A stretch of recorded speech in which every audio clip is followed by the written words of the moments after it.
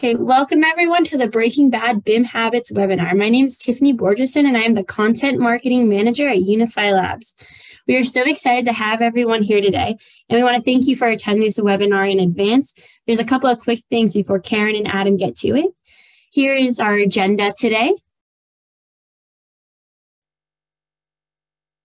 Karen, can you go to the next slide, please?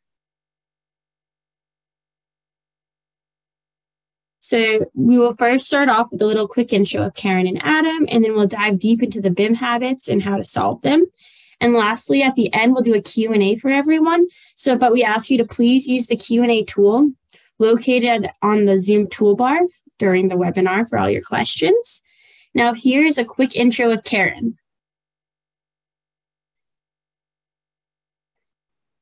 Karen has years of great experience in the BIM world, but now she is a associate project manager at UNIFI Labs.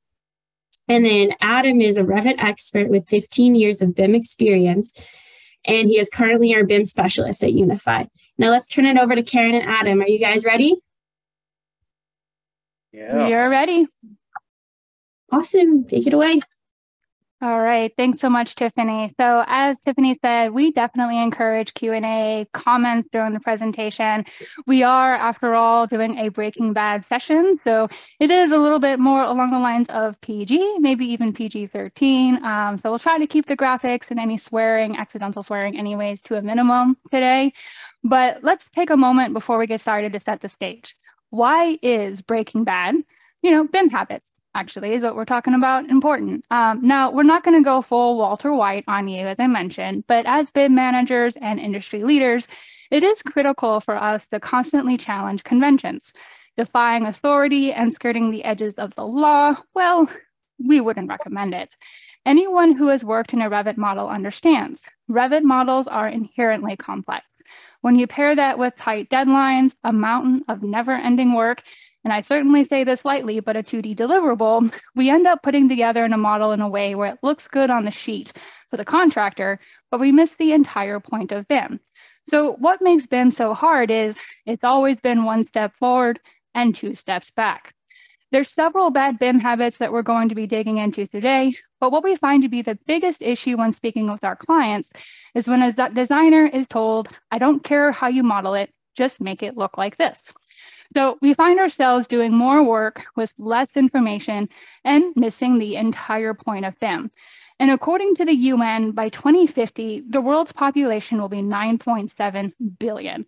The global AEC industry absolutely must look to smarter, more efficient ways to design and build, and not just as a means to keep up with global demand, but to help create spaces that are smarter and more resilient too.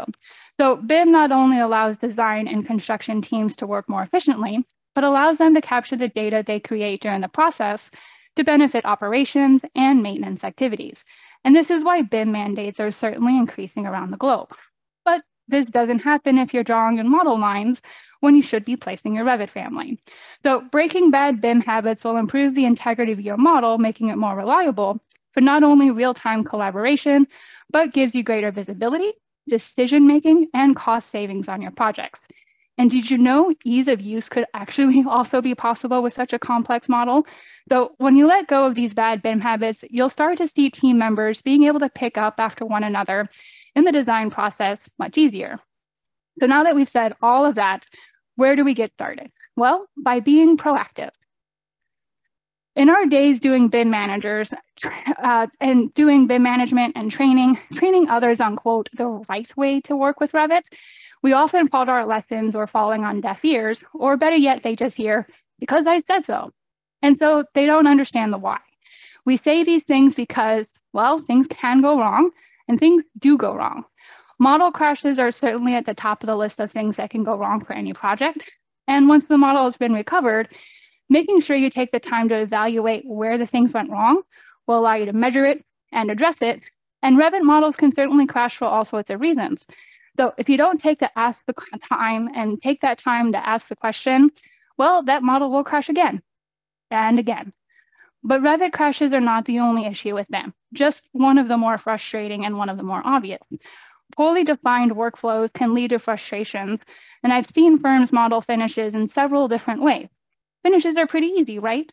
But when you do them in different ways, they cause confusion between users as they jump from project to project. By defining specific ways of doing things, training those users and documenting for later reference, you increase their productivity as they go from project to project. And I say it in nearly every webinar, but doing BIM is very much like changing the tires on the car as it goes 80 miles an hour down the highway. Certainly has its challenges, but addressing issues as they occur will mean that things will gradually improve. So let's dive right into it. Bad BIM habit number 1, treating Revit like AutoCAD. We alluded this to a minute ago, but stop treating Revit like AutoCAD. Revit is a tool for BIM. And in simple terms, when you're using CAD for building design, you focus on creating drawings. Whereas when you're using BIM, you should be focusing on creating a building model, and then the drawings are generated from the model. Revit is a highly intelligent program. It's data rich, and it can schedule, well, almost everything. So why do people still insist on writing the data manually? Why tag things with a text note when you can actually just use a tag? These are tied to the data of the element so that when you change anything in the element, the tag would automatically read the data. After all, Revit stands for revise and edit. And there will be consequences. So what happens when you start treating Revit like AutoCAD? Well, lots of things. So Adam, tell us a little bit about what those lots of things are and how can we break this bad BIM habit? Yeah, I mean, this is an age-old one from the very beginning. I remember my first days working in a firm that's working all AutoCAD, trying to get them on the track of converting them to Revit. And really, at the end of the day, you realize there's a whole different school of thought going on.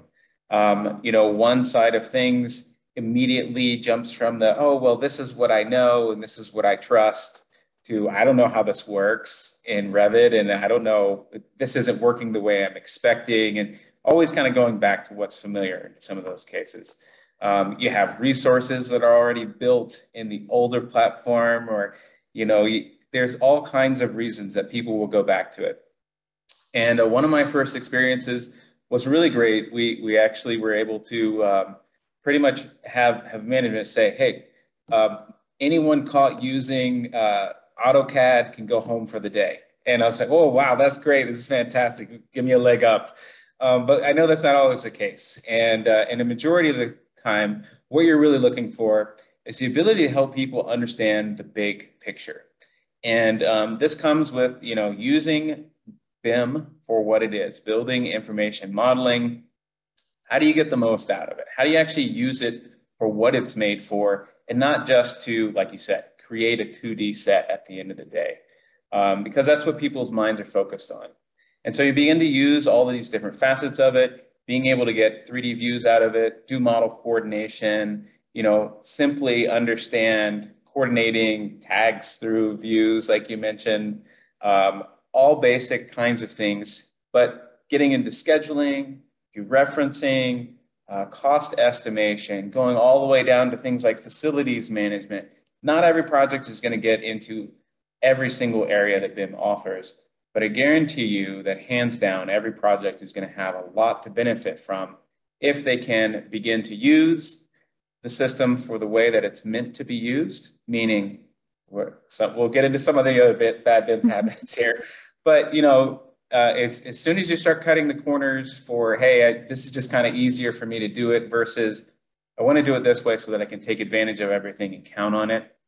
That's the big picture. So I think starting with the big picture for people, beginning to see all the pieces and parts come together and the why behind what you're doing is the biggest advantage to try and switch someone's mindset to, hey, let's do this the right way. Let's not treat it like AutoCAD. Let's treat it like something that we're actually going to do here.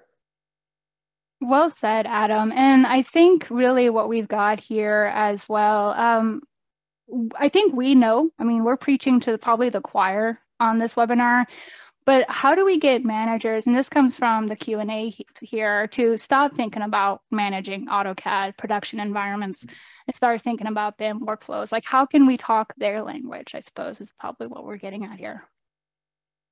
And management, at the end of the day, what I've seen from management is they want to be able to trust what they're looking at.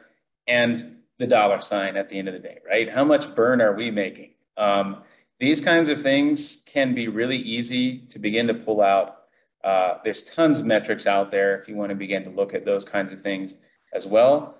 But the client on the other side of this picture is also a big part of this, because at the end of the day, we, as architects especially, we love to do the project for ourselves, even though we have a client to fund it. That's kind of the way it feels. But at the end of the day, they're the ones that we want to be able to bring along in this journey and make sure that we're meeting their needs and being able to express the information in a way that they can understand it, making decisions faster because they have more to see and more to talk about. All kinds of different areas and facets there that we could jump into. But I think those are the three key pieces when it comes to getting management to get on board with this in the right way, is to look at your return here of what you're getting on the investment, to see it through the client's eyes. I've got a much better way to understand what's going on and have quick conversations and quick decisions to move that project along, which in the end gets down to that, time and burn for the project altogether. So sell the client, prove your value to the client, and then before convince your manager, right? That's what I've always, whatever situation it is, those three somewhere can come into play and really make a big difference. Fantastic. So speaking of, I guess you could say, I think clients more often than not these days, they need it fast. Unfortunately, they don't give us time. I don't think anybody, any job ever gives us time to actually do what we want to do efficiently or accurately, I think is good. So I think that ties in well with BIM problem number 2. Is this rush is often when we see these issues of improper modeling techniques. Generally, it's easier to model an in-place family because I can see it within the context of my Revit project. And there's certainly not wrong with that. But what are you modeling in relation to context, I think, is here. And we'll dig into some of this in just a second, but let's take one quick step back. When you're modeling in-place families, I think some questions, we get asked all the time as we're talking about UNIFI and what we offer with project analytics, but how many model in-place families are appropriate? What, how do you use them in your projects? How many is too much? I mean, in-place families, like I mentioned, are executed within the project and able really to take reference of the existing elements. And the classic example I tend to use all of the time is this doorway stair, right? I'm only going to have one element of it.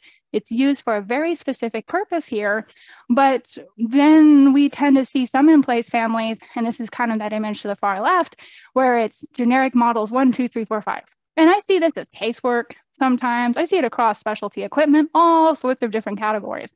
And besides the naming convention, which we might be digging into a little bit later, spoiler alert, the whole idea of this 1, 2, 3, 4 immediately tells me that this family is copied and pasted.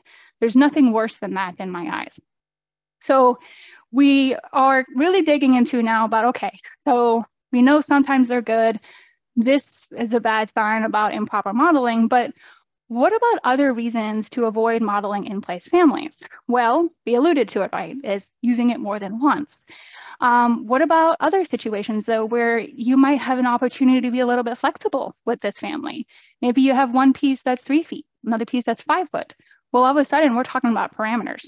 And this is so very well easily built into just a single family. And then what about other in-place families?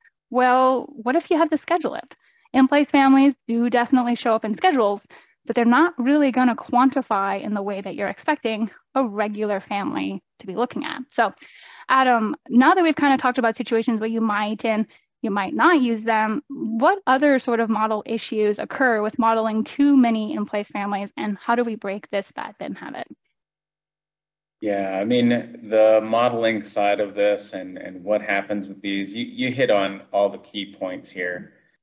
It's simple, it's easy for you to do. It's almost just more natural in some cases. I wish at the very beginning that Autodesk just given us an option to actually build a family within the project context, but it actually be a real family. That'd be fantastic. However, that's not the case. So, how do we work with this? How do we begin to look at this for what it really is? Revit has a system behind it. And that system and structure of categories, families, the types, individual instances, all of that is threaded throughout it. When I used to teach training for Revit, Get Your 101 class, this was the very first piece that I made sure everybody got. We would do, fun little examples of things like this, put down family names on Post-it notes and try and play out like, oh, okay, well, I changed this. Who else is changing, in the room? And everybody would realize like, oh, well, I'm part of this type. I changed this as well. So everyone copy down the same note and kind of get an idea of like, well, what is this change management, the structure that's happening beneath? That kind of thing, pushing into things like your schedules, like you mentioned, not allowing multiple instances, project performance issues. Every time you're copying this thing is growing and growing. I've seen people stick these into groups. The furniture is a key one. Somebody makes a quick temporary table or something, and that's in a group, and that's copied throughout the model a bunch of times. And you just see the generic model, 1, 2, 3, 4, 5, 6, all the way. I've seen, unfortunately, things like hundreds of these getting way out of hand. But at the end of the day, where do we draw this line? How do we make sense of these things? And I think for everybody, the key piece that I've seen in my experience is having people have a good foundation of understanding what is a family, how does it work, how does it affect everything. That's the first piece. The second is really to understand that you don't have to be afraid of making a family. 9 times out of 10, I ask somebody, well, why didn't you just make a family out of this? It doesn't have to be fancy or anything along those lines. You don't have to have parameters and stretchability and all these things. They're great. But at the end of the day, if you can have a family instead of a in-place piece of content that's really useless at that point, when you begin to replicate it across the project, that's going to be hands down way more valuable, and it's not going to really cost you any more time. An extra click for a new family beginning to create that piece of content is really all it takes. So getting people familiar with this has been the biggest piece that I've seen as a solution for it. And I've even seen some other things. You see questionable idea on the board here of converting a in-place family to an RFA. There are little tricks and things you can do to do these kinds of things. Are they worth it in the end? Man, there's so many ins and outs. Revit's going to like, oh, well, it works for this case, but in this case it doesn't. Or there's even been reports of things like this causing model corruptions in different areas of like, hey, I'm using this piece of content and I've made a loadable RFA family that is a wall type or is a floor or whatever, some system componentry. That's when everything starts to go wrong, right? And nobody's going to think about that until it is the problem and now you're dealing with it. So when it comes down to it, familiarity, understanding these basics, what is a family? How does it work? What are my categories, types, instances? How does all that change? How does it affect scheduling? Those are the awareness that I think really makes it at the end of the day. Hey, okay, I'm cool with this. I can quickly make this family and toss it in there. And if you need help from that point on, it's usually easy for somebody to get in there and help you and not have to fix a problem.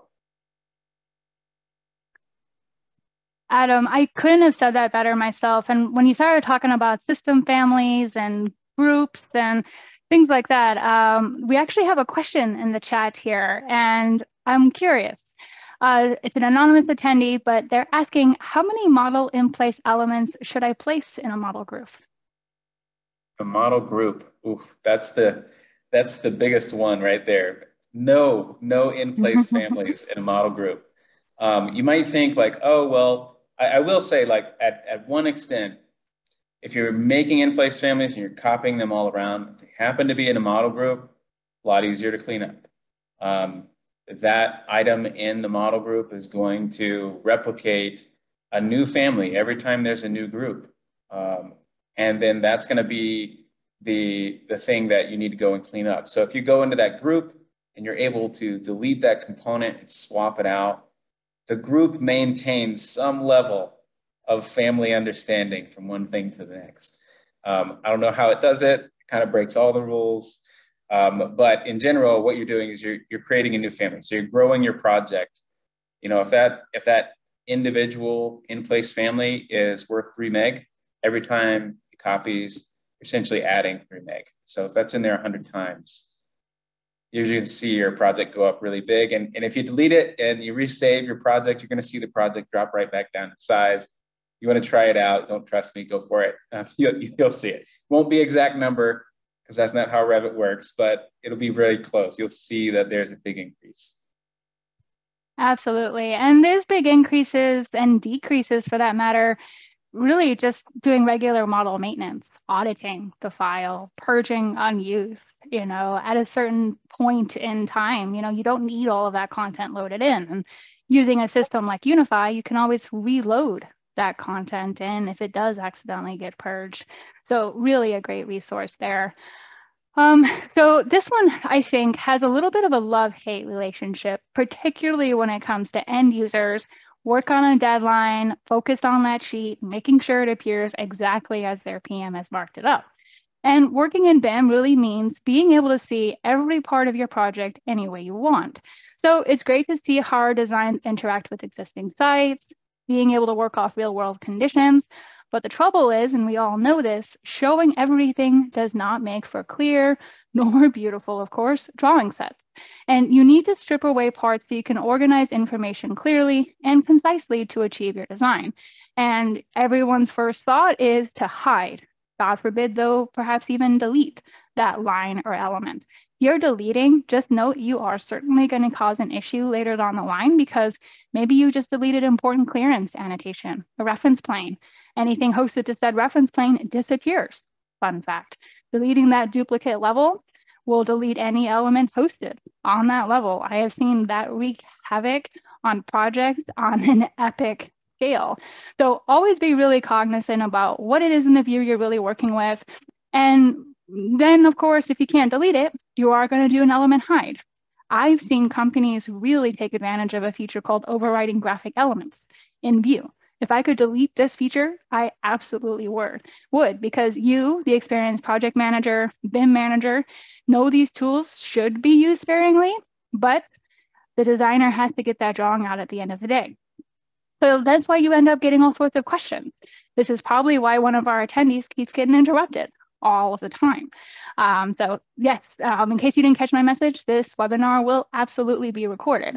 We'll send it to you following the presentation. But you get the idea, right? There's this issue, that issue, same material, same everything. You beat your head for 15 minutes, you find out override graphic elements was the reason why everything's different.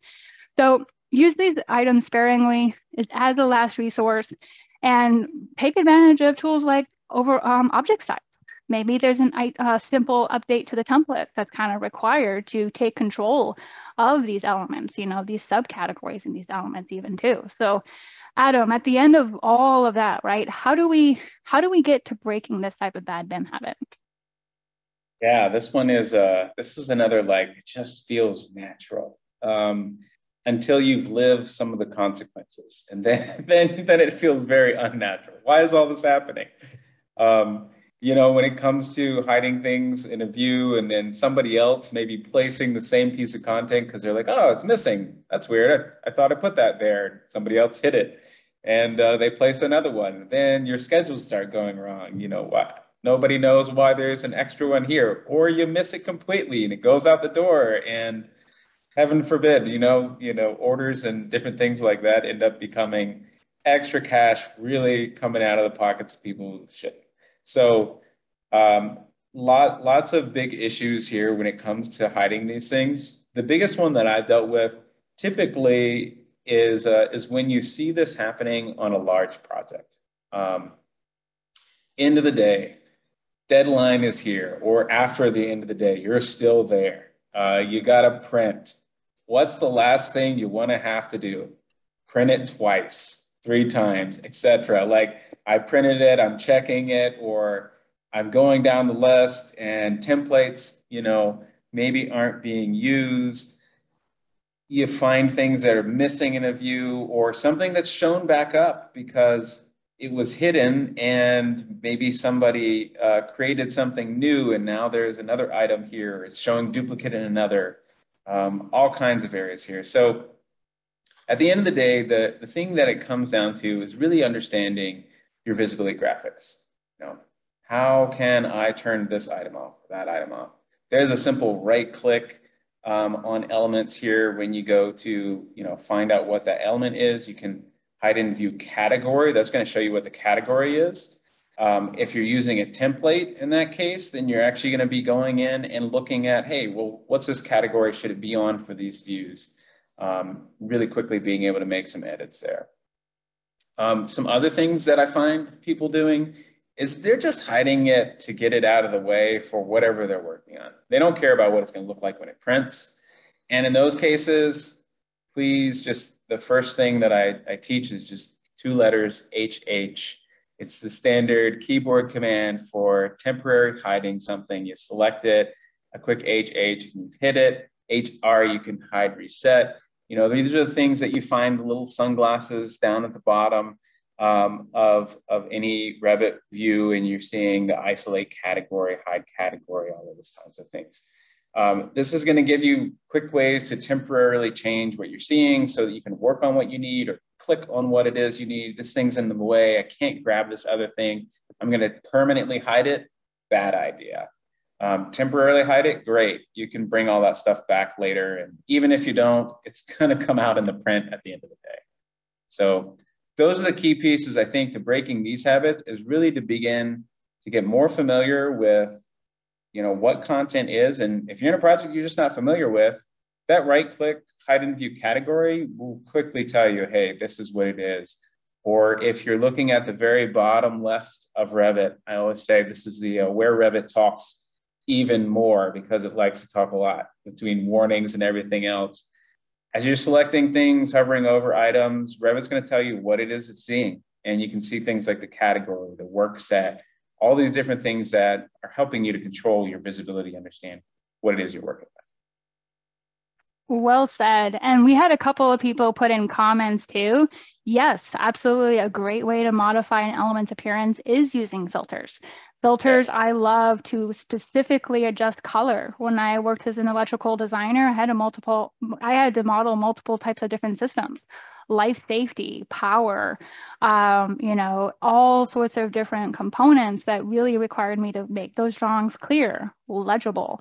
You can also override categories. Phase is something that a lot of people struggle with that they really shouldn't. Just set up your views first and don't mess with them after that, because anything you model, just like on the work set, that phase is going to be placed there too. So setting up those views first, I've seen once a user gets a hold of that, phasing becomes pretty easy. So if your firm is one of those that really rampantly overrides graphic elements, by the way, I came across an app that might be of interest to you. Now, I haven't downloaded this app, so huge caveat there, but it seems pretty cool to try out, and they do offer a free trial. But this app can help you find overridden elements in a specific view, clear those overrides pretty quickly, and even query a whole set of selected views and view overrides that would be attached. So in case that's something of interest to you, it is an app called Override. Love the name. Chameleon is who does that. So it looks to be based in the EU. So definitely check them out. I know I will, certainly enough. So again, Override with Chameleon on that one to check for overrides. So sounds like that should be a new feature request for Autodesk. Absolutely, right? That needs to be one of those little turn on, turn off buttons. I think that would be an excellent feature idea right there. But in the meantime, keeps the apps like that in business until Autodesk delivers on some of those gaps. And speaking of these overrides, I saw a couple items come through in the chat as well on this, but using view templates. Actually kind of piggybacking to an earlier question about how do we get these managers on board with using Revit instead of AutoCAD. AutoCAD doesn't apply something like view templates. Former AutoCAD user, can't believe I kind of forgot this one. I try to forget all of my AutoCAD days. But when we're talking about view templates here, what we're really seeing is that this can be applied to multiple views at a time. So really governing standards is super critical on this. It's going to ensure adherence to those office standards, achieve consistency across those construction document sets. And you can create a view template for each style to control settings for visibility graphics overrides, those filters we mentioned, view scales, detail levels, graphic display options, and a lot more. Now, I have seen some firms decide to completely duplicate a view template just for the sake of changing a view scale. I probably wouldn't recommend some simple things like that. If view scale is one of those things you feel has to be controlled, certainly control it, but don't duplicate view templates just for the sake of changing one small thing. You can actually choose to include these elements, which is all blue and checked off to the far right here, or just exclude them. So let's talk about some other view template best practices. And although view templates can certainly be restrictive, view templates are really a useful feature to really, again, facilitate that BIM coordination and maintain the uniformity of the models. But what we end up seeing being the biggest issue is that view templates are unfortunately kind of like standards in the sense that it's always a work in progress. So we're constantly seeing end users needing to see something real quick. They need to show something so they can better model a different element, or they need to hide something so they can better focus on modeling a specific element. So they change the view template. Well, that change is effective not just on the view you're working with, but on all of the views to which the template is assigned. And if they forget to restore the settings, which I bet you they will, all views are permanently now that changed item. And I have heard horror stories about dimension plans going out with the grid lines turned off. So you end up looking like a fool at the end of the day, but these are the lessons learned. These are the times where you need to change the tires on the car as it goes 80 miles an hour. So there are some best practices, some rules of thumb here. Pairing that with some of what we talked about last time too, I think these items are just so closely related. So yeah, they kind of spilled over into each other. But Adam, I do kind of worry that maybe I scared a few users away from using view templates because I said, don't touch them. So now that they're scared to change them, how can we try to break this bad BIM habit a little bit more and encourage users that view templates are certainly worthwhile? Yeah, I mean, I think you hit on the key piece here. Most people are either afraid to touch them, so they duplicate it and make a new one. And they're like, I'm not affecting anything else. But at the end of the day, when somebody expects that template to be applied to all their construction plans, and it's not to half a dozen that you worked on, then you have affected everything else, or at least everything that you've worked on. And so there's areas here where I think it's, again, like there's got to be some awareness and some simple tricks maybe to help people understand what's going on, how things are applied. One little tip you'll see on the image to the left here where it's showing the view properties. At the top right, above all the parameters and everything, you see the number of views with this template assigned. This is a cool little tip of seeing like, well, how much is this actually used in the project? It doesn't tell you exactly what those views are. There's definitely some ways you can get around that. Looking into things like having a schedule for views. If you have a schedule for views, you can actually schedule what view templates are in use. In fact, when I worked at Gensler, this was one of the things that we made default in the template was an easy view schedule that listed all the information about every view that you'd ever really want to know. And you could go in and just filter by, for example, the template category and group it. And then you can see, hey, here's all the views that are being used by this template. So you can quickly assess if it's something that you really intend to change all of that, and it should be changed. So some transparency there. And then I've also seen the like, well, I'm changing it in this view and I think it needs to be on everything, but how can I be sure that this is the change that should be everywhere? Now I've got to go clicking in every view, and I'm on a big project and this template's used, tons of times. Now I've got lots of views to review, and how do I know what's changing? We used to always use Bluebeam. Bluebeam has a great compare option where you could actually just, before you make your change, go print a set of those views that you know from your view list already. And then make your changes and print the PDF the next set. And Bluebeam will do a compare between the two, and it'll give you highlighted areas. Here's this one, here's that one. This has changed from this to that. And you'll be able to quickly see, like, are the views that I'm expecting to see being affected the way that they should? I know all this seems a little bit like there's a lot of extra work behind it, but when these things are in place already and people know about using them, I've seen them pick it up left and right with no problems at all. They understand the transparency of what they're doing and how it affects the model. They're not afraid to make those changes because they know what's going to happen. So those are some key pieces there. I saw some good ones in the chat too. If you go to the next slide, there's definitely different ideas here looking at view templates, considering things like temporarily applying a template, the properties of a template. I've seen, I'm working on this view a little bit, some of what we talked about before. Maybe I'm looking at the construction plan or a furniture plan, and I want to do room layout. And seeing the furniture helps me to understand tagging rooms or different things along those lines. I can't just turn on what I need in those plans and leave them on. So temporarily applying a different view template might make it so that I can work through something that has a series of filters that are helping me to work with this view and highlight the things that I want to see, hide the things that I don't. And sometimes this would be like a working view template even. We would set up QA templates to be able to QA our rated walls. So there's a filter for every different wall type that should have a different rating, in a template, and we could apply this. And now we can see, color chromatically what is different hour rating. You can see gaps in things. All different ways you can use templates as tools and really begin to make your work a lot easier, a lot more visual, which I think a lot of this industry is, and just make it easier to do those things. And the key piece that you pointed out was include, exclude for your template. Excluding design options, filters, the view scale. These are things that you see commonly across any kind of project where it's like, hey, we know these are going to be variable from one thing to another. I get into my detailing. Some details need to be larger than others. They're all going to have the same kind of setting. So the fewer templates you can have when it comes to what's actually going out the door, I think hands down, you're going to be a lot better off. And that would always be the recommendation that I made to teams is, find out the common denominator. Let's work with those things. Let's take off the things that we don't need to manage.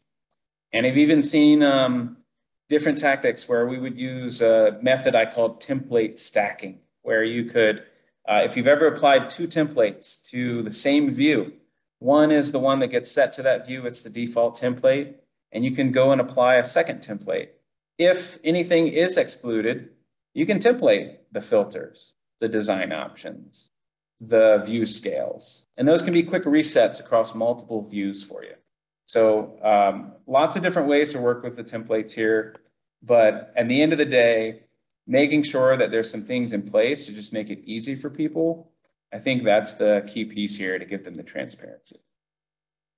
I love that idea of template stacking. It had been a minute since that had come to mind. And we got a couple of comments in the chat too. So yeah, you're right on the money there about, hey, view range is something people are always editing. And don't forget about, the idea that you can put a plan region on a sheet, guys, too, to independently control view range on a specific area. So definitely use those a little bit sparingly, but you can't really design a parking deck without really having a ton of plan regions either. Something else too, because I see people working with view templates pretty consistently, mostly because, hey, they are working on sheets, which is perhaps a bad BIM habit that is just sort of a bonus here that we can discuss. But anytime I'm troubleshooting why something doesn't appear in a view, the very first thing I'm doing here is temporarily enabling that temporary view properties. As soon as I toggle that on, I can go to VG and touch anything I want, disable it, and the view template goes right back to where it was. So I really don't have to worry about changing it. And Adam, you were certainly talking about the ability to temporarily apply template properties. So, hey, let me change the template, see if this is what I'm looking for. And now I can go in and actually edit that view template. So a lot of these techniques I don't think are generally taught to the end users. They're kind of taught to, hey, apply the template, make sure this is there. And again, we're kind of working for the sake of the sheet. We really want to try to be working for the sake of the model wherever we can. So a couple other things too that I just wanted to go ahead and bring up or make sure that I covered. I think I'm scanning through here. I've got a couple questions, by the way. I haven't missed you guys. We're going to be saving some of those for the end. But whenever saving the model, by the way, or closing Revit, just remember too that the original template will be maintained as well as the original properties. So what this really means is nobody knows what you did. So really, really be careful here editing anything in that view template. And we've alluded to this a couple of times as well in the past. You know, before I introduce the next problem, remember this scene, the power of a name. You know, Walter White here embraced his alternate identity, and now he feels comfortable to assert his dominance. Now, I don't think we all want to be dominant in the BIM space. That lends itself to perhaps non-PG material here. But when you're able to be having that competence, which is what I think every BIM manager has to have, at that point, you're really reminding, you know, the competitor with Walter White's case, who he's dealing with, but we got to really hold our ground with our management team, with our staff. They have to trust us. So when we talk about names, I think you know where my next bad BIM habit is going. I'm talking about naming conventions, duplicating family types and not naming them correctly. And in relation to BIM, I don't think this really comes as a surprise to everyone. We all know what we're talking about. But when it comes down to the why, which is really what we have to teach as BIM leaders, it goes pretty quiet. And this is something I get asked all the time. Not naming families or types properly lends itself to the user A, not being able to find the content, but also not really understanding what that content is. So Adam, how can we get into breaking this bad BIM habit, and what does this really mean for us for our projects? Yeah, I mean, you see the two big thumbs down here, right? Updates, not replicating, and just complete falsified information. You get users going in and grabbing something. Oh yeah, this is 3.6 by 7.0. Oh no, it's not. And there's no way to tell that until you dig into the properties to find out. You know, this is probably an obvious example where somebody actually went and just hit duplicate and then changed what they wanted. But as obvious as it is, I've seen it so many times. It's really just at the end of the day, just get people into the habit of understanding some basics about standards. And 9 times out of 10, every standard that I've seen across my career has come down to two very simple things: some kind of differentiator and some descriptions. If you don't have those things, and generally people don't understand what it is they're looking for in the first place, but it comes down to like having a naming standard, having a type standard, so that it's not that it has to be super rigid and you have to spell out every condition, but having some good rule of thumb here, and even looking at, you know, existing content. If you've gone in and done this to all of your content, your standard content, people have some references. You don't have to go look in a book to find out, well, what's the naming standard? What's the type naming standard for our doors? Open up the template, see a door in there, and just look at the names. What are they doing here? Break it down. You've got size, you've got an X there, and you got another size, and you've got where it's used. This is a simple example here that you see all over the place, but people will just completely ignore it. And the great thing about duplicating something is that you can see, like right there where the name is showing up.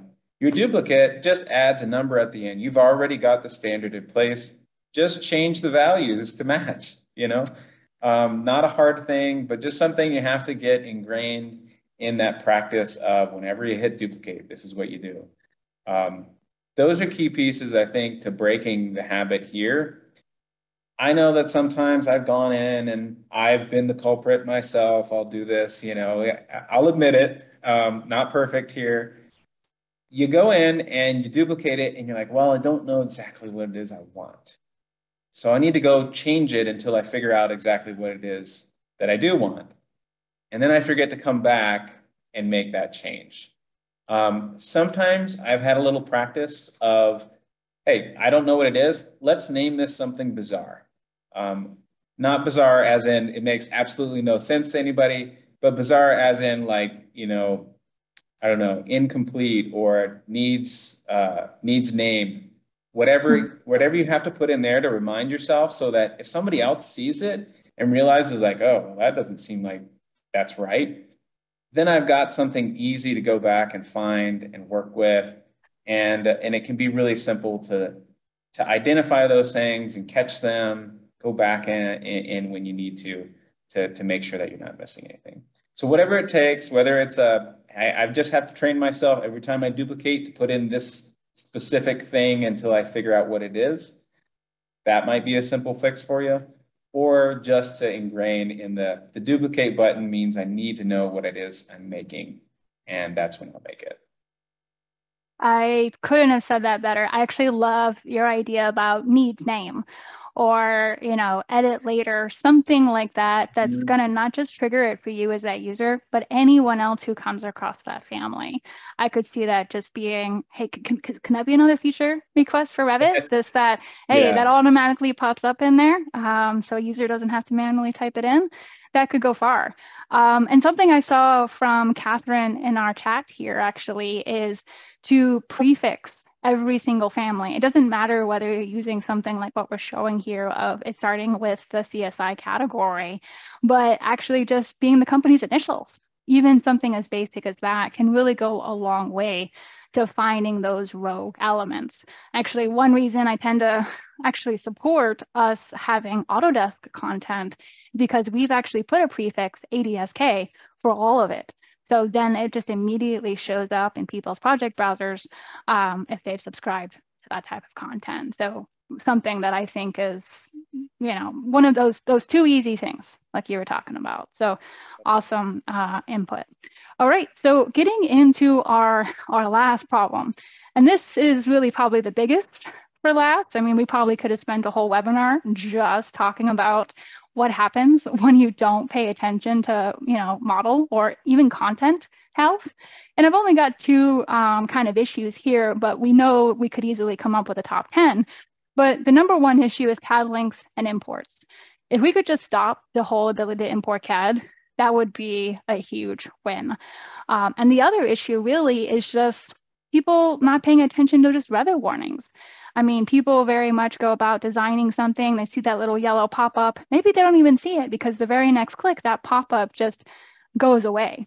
And what happens when you don't pay attention to model health? Well, how many times have you been faced with just pure frustration on a BIM model opening what feels like forever? You know, go get a cup of coffee, wash your face, you're still waiting for the model to open. So when you're opening a model and it's processing, even sometimes it's a not too complicated task.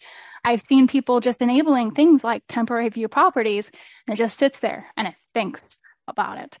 So really what we're looking at here is an issue when it comes to that. I mean, time is scarce after all, and issues like this are obviously not really appreciated when they appear. But being a BIM manager, it's probably the least glorified position out there, because nobody knows what you're doing until you're not doing anything. And then every bit of problem kind of comes to the surface and you're fighting all of these different types of fires. So warnings too, guys, they protect the integrity of that model and the data. Not all warnings do affect performance, unless serious ones are really only there to inform the user. But if users aren't paying attention to it, and then you just see a model having an issue and you see 1,000 warnings, well, where do you start? Do you start at the top? Do you start at the bottom? Like, what's the best plan of attack? So here's my suggestion for you guys. Take a look at whatever affects a view or sheet. These are things like duplicate content in the same place. That's going to make double counting happen in your schedules.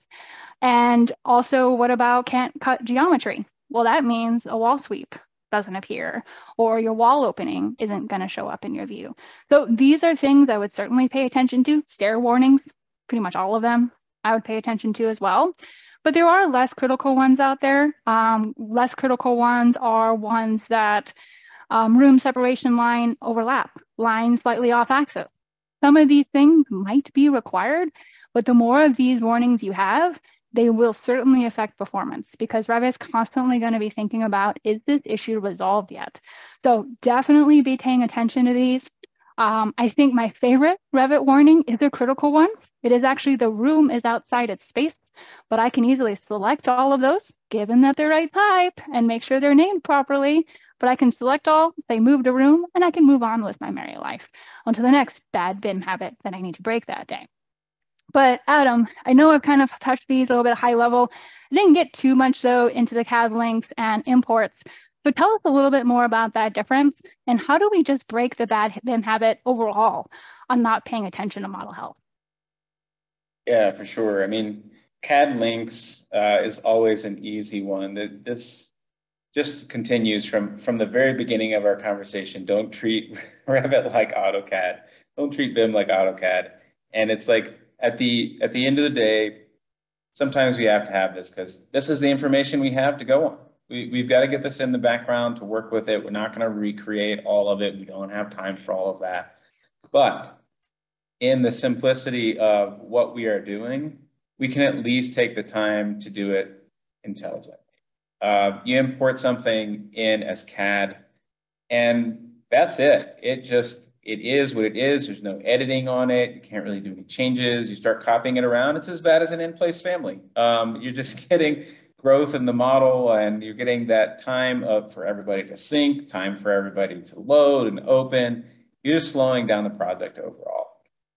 When it comes to linked CAD files, definitely better in that regard.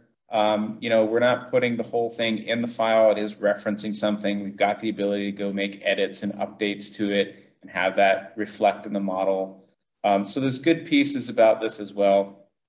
At the end of the day, sometimes it's just necessary to work with these kinds of files. We see this in families. There is no link option in a family. I even saw that somebody was like, oh, it'd be great if there's a link option in a family in the comments here. Might be. At the end of the day, though, you're still going to be working with something that's just not Revit content. It's going to have all kinds of limitations. And you're going back to like, am I making 2D drawings at the end of the day, or am I using BIM to enhance overall understanding, collaboration, coordination, the gambit here? What are we doing at the end of the day? And that's kind of coming back to some of these pieces, whether it's importing in families, making them large, making them bring things into the model that are all the different line types for DWG. You've got a DWG brought into a family, and you bring that family in. Now you've got all of these styles that are part of the project and adding to that. And like you said, there's different areas here. Line types, for example, are going to, once you get a certain number of these things in the project, every time Revit has to reference that information for whatever it is. You're going to draft a line in a detail view. If you've ever done that and you felt it be super slow and you're not sure why, go look at your line types. I'm sure that you probably have a long list of them. And any project, I can almost guarantee you, does not need that many line types to actually accomplish the project. It just gets in and gets dirtied up. So, I mean, those are key pieces here when it comes to CAD and comes to this repeating of errors and issues in the model. But again, I think the simple solution here, if we really look at how do we break this, what's the solution? It's all about transparency. And how do we get some transparency? Well, from UNIFI, we offer project analytics. This is a great way to begin to think about how do we have some transparency on the project. We'll do a full health indicator list of items. You can see on the left here, things like warnings, links, imports, sync times, in-place families. These are the key pieces that we see across any model types. And if any BIM manager has to go in and poke around in the model to find out what's going on, you're going to start looking at these pieces for one reason or another. And being able to see a history of this along the project, being able to see things like Revit version check. Is everyone that's working in this particular model using the same version of Revit? I can't tell you how many times I have had the continued crashing on the project just to find out there was one person in the project who was using a different version of Revit, minor version, of course, and Revit just wasn't happy about it. There's nothing else to it. Being able to see those things saves the whole team time, saves everybody time. And if you're just to look at two things on a model, through its history and as it continues to change and hit different permit dates and submissions and things along there, you're going to see the file size, of course, begin to grow and your sync times begin to grow. And at some point along that timeline, you should really begin to see things also drop, right? Because we'll go through periods of, hey, we're working here, we're doing everything we can to get this project pushed along. And no, maybe we don't have time for every single little thing to be just perfect, but we come back to those kinds of things. And we have a submission, we've got some time to clean things up, and we're doing that because we have visibility. I can see, man, my model has become way slower in syncing, and it's taking us a lot more time. What can we do to fix that? How can we clean things up? How can we reduce the file size? Issues like that we'll see with project analytics. Team knows what's going on. They can see that things have gotten worse. It's not just like it feels like it's worse. It's right here. It's empirical. Easy to see those things. And we'll see even down the line of things like compare changes for project analytics is huge. I personally like to call this one the whodunit tool. You get into that stage of things will happen in the model, whether it's intended or it's not. A ceiling disappears, all the light fixtures go with it. What happened? Where did it all go? Can I recover any of this? If you notice these things right away, yeah, there's chances for recovery. We can go find somebody who hasn't synced the file, grab things out of there, paste it in to bring it back to the model. There's some pieces there that we might be able to do. We can do things like roll the model back. It's a little bit tricky there too. Who else is going to lose work when you do that? How much work is it? But you don't have an understanding of what's been done. And that's where compare changes comes in. You've got the ability to see on the right here, for example, Jay here is syncing and he's made 36 changes in this particular sync. There's 2 more syncs after him, but look, there's not that many changes going on. So maybe the idea would be, hey, it'd be great to roll back here and fix whatever it is. He deleted 27 drafting views. I can see down at the bottom there that's probably our problem. We're missing a bunch of drafting views. We don't know where they happen to go. Jay was doing an honest job trying to clean some things up and he just selected the wrong items. Whatever the case is, being able to see these kinds of things across a project and jump in whenever there is an issue or if something just happened, models crashing, nobody knows why. We've been doing our best job. We've been, keeping an eye on things. Now we can come in and say, oh, yeah, well, it looks like somebody brought in some content that probably shouldn't be here. Imported CAD files are showing up. Whatever the case is, you've got some quick ones to jump to without having to go poke through a model. You just pull up a dashboard and see where to go first. Very well said. And I think too, when we're talking about model health, I mean, it's certainly important. But before there's the model, it's actually a piece of content, isn't it? After all, the health of your project starts with the health of your content. Don't know if everybody's aware of this, but UNIFI does offer a content audit. So some of the items we've talked about in chat and the Q&A chat is that CAD can actually creep into your Revit families. And I see an imported CAD file and a Revit family, and that's as bad as an imported CAD file in my project. Don't do it. But besides the imported CAD we identify with the content audit, we do much, much more. Because after all, sometimes you don't know there's an issue with your content until there's an issue with your project. So just as an example here, and it's a super low level example, but we've been talking about issues with visibility graphics. Has anyone ever had an issue with subcategories giving you grief? Hiding 5 different types of clearances? This still gives me nightmares, even though I haven't done electrical design now in about 5 years. But viewing parameters across multiple families is also something we can do. Dig into nested families and the depth of those nesting elements. So if something like this interests you, check us out on the knowledge base, but also feel free to reach out to sales or support at unifilabs.com. We'll be happy to explore this offering with you guys. So I'm going to go ahead now and turn it back over to Tiffany to give us some Q&A. And Adam, maybe you and I can go ahead and tag team anything that's left here. Thank you, Karen and Adam, for your wonderful presentation. Unfortunately, we did run out of time for the Q&A because we did just hit the top of the hour. But you are welcome to contact UNIFI with any questions that you have, and we will be sending out this recording to everyone else that attended. Thank you guys and have a great day. Thank you again, Adam and Karen, for the presentation.